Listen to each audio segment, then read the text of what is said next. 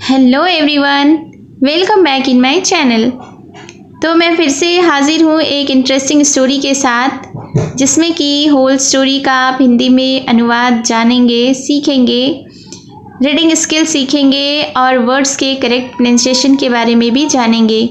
तो अगर आप इस चैनल पर न्यू हैं तो मेरे चैनल को सब्सक्राइब कर लीजिए और जो बेल का आइकन दिख रहा है उसे भी प्रेस कर दीजिए ताकि मेरी आने वाली वीडियोस का नोटिफिकेशन आप तक पहुंच जाए।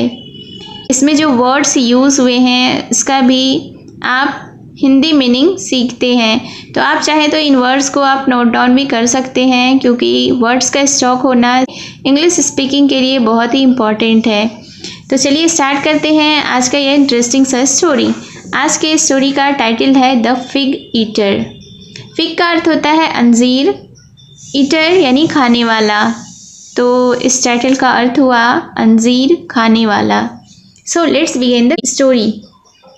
वंस, एक बार, there was a young boy that roamed about everywhere and loved eating figs. क्या मतलब हुआ इसका? चलिए हम लोग जानते हैं। रोम्ड का अर्थ होता है घूमना फिरना, एवरीवेयर यानी हर जगह, लव्ड यानी प्रिय था, ईटिंग यानी खाना, फिग्स यानी अंजीर। तो इस सेंटेंस का अर्थ हुआ कि एक बार एक यंग बॉय यानी एक छोटे लड़के को हर जगह घूमना फिरना और अंजीर खाना पसंद था। He came to be known as the fig eater. वह एक फिग ईटर के नाम से यानी अंजीर खाने वाले के नाम से जाना जाता था।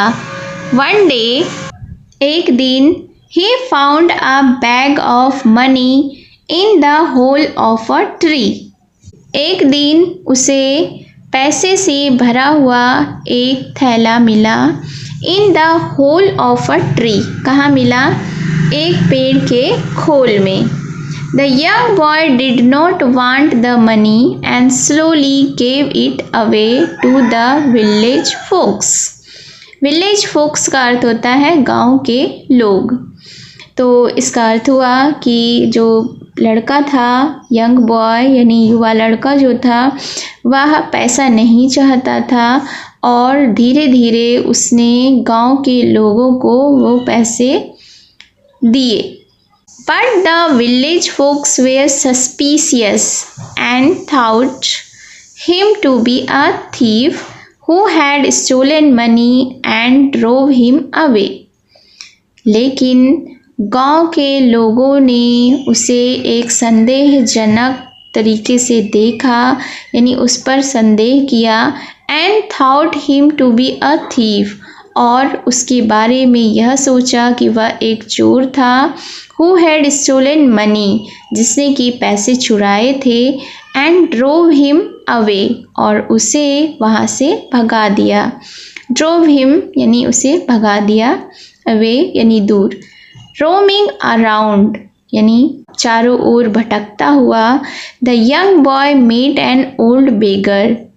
जब वह भटक रहा था चारों तरफ तो वह युवा लड़का एक बूढ़े भिखारी से मिला।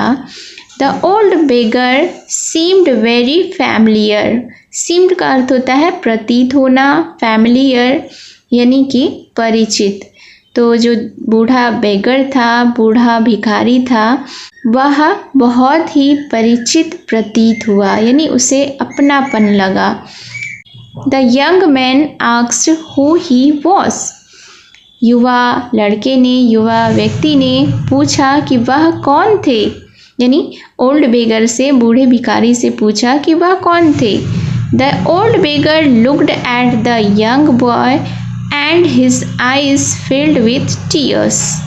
क्या हुआ कि जो बूढ़ा बेगर था, बूढ़ा भिखारी था, युवा लड़के को देखा और उनकी आंखें आंसुओं से भर गईं।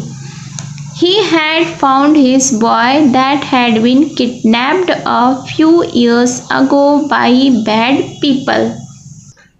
Kidnapped का अर्थ होता है अपहरण किया। तो found यानी कि पाना, तो उसे अपना लड़का, अपना बेटा मिल गया था, जो कि कुछ साल पहले बुरे लोगों के द्वारा, गंदे लोगों के द्वारा अपहरण किया गया था। His boy loved to eat figs. उसका बेटा, उसका लड़का उसके लड़के को, उसके बेटे को फिग्स खाना यानी अंजीर खाना पसंद था। Reunited, they returned to the kingdom. Reunited यानी फिर से, returned यानी वापस हुआ, kingdom यानी कि साम्राज्य। तो इस सेंटेंस का अर्थ हुआ कि फिर से वे अपने साम्राज्य लौटे। So this was the short story of English. आपको ये स्टोरी कैसी लगी कमेंट करके ज़रूर बताएं। तो मिलती हूँ मैं फिर से एक न्यू इंटरेस्टिंग स्टोरी के साथ। Till then take care and bye bye.